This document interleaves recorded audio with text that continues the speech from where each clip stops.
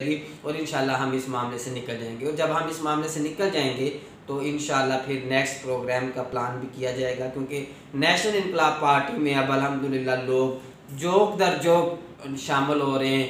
लोगों को नज़र आ रहा है कि अब होप अगर है तो वो नेशनल इनकलाब पार्टी में, नेशनल इनकलाब पार्टी वाहद पार्टी बन के सामने आ रही है, जो गरीब की पार्टी है, जो मजदूर की पार्टी है, जो दिहाड़ीदार की पार्टी है, जो लेबर की पार्टी है, जो किसान की पार्टी, जो स्टूडेंट की पार्टी है, जो मिडिल क्लास की पार्टी है, जो गुर्बत की लकीर से भी नीचे ज़िंदगी गुजारने वालों की पार्टी है। ये वाहद पार्टी है जिसमें कोई अशराफिया नहीं है, कोई जागीरदार नहीं है, कोई वटेरा नहीं है। ये सारी, इसमें जो लोग भी हैं सारे के सारे मुतवस्सित तबके से हैं। और पाकिस्तान के अंदर तब तक तब्दीली आ ही नहीं सकती, तब तक चेंज आ ही नहीं सकता, तब तक इनकलाब आ ही नहीं सकता जब तक मुतवस्सित तबके से लीडरशिप उठकर आगे नहीं आती, जब तक मुतवस्सित तबके से यंगस्टर जो हैं वो अपने इस मुल्क के दिफा के लिए, इस्तेहकाम के लिए, इसकी मजबूती के लिए, इसको दुनिया के तरक्की याफ्ता ममालिक की फहरिस्त में आगे ले जाने के लिए किरदार नहीं अदा करते, तब तक इनकलाब नहीं। और इनकलाब हमेशा मुतवस्सित तबके के लोग लेके आया करते हैं, भूखे लोग लेके आया करते हैं, नहत्ते लोग लेके आया करते हैं। आप तारीख उठा के देख लें,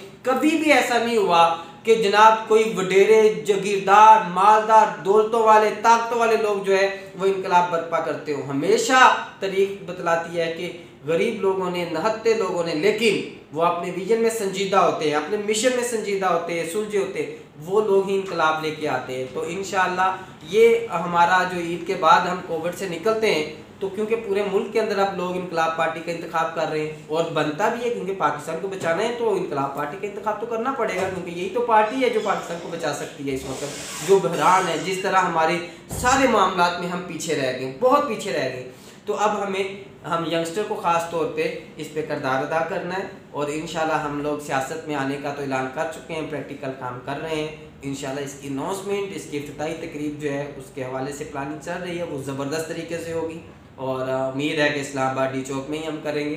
तो पहले तो हमारी कोशिश है कि अब जो है कोरोना जो है किसी तरह इसके अल्लाह रब्बुल इज़्ज़त हमें इससे निकाल दे। लास्ट में मेरी दुआ है अल्लाह रब्बुल इज़्ज़त पाकिस्तान समेत पूरी उम्मा को, पूरी दुनिया को, पूरी इंसानियत को इस वबा से बचाए। ये वबा बहुत ख़तरनाक है, अल्लाह ताला तमाम लोगों को इससे बचाए और हम सब को अपने हिफ्ज़ व ईमान में रखे।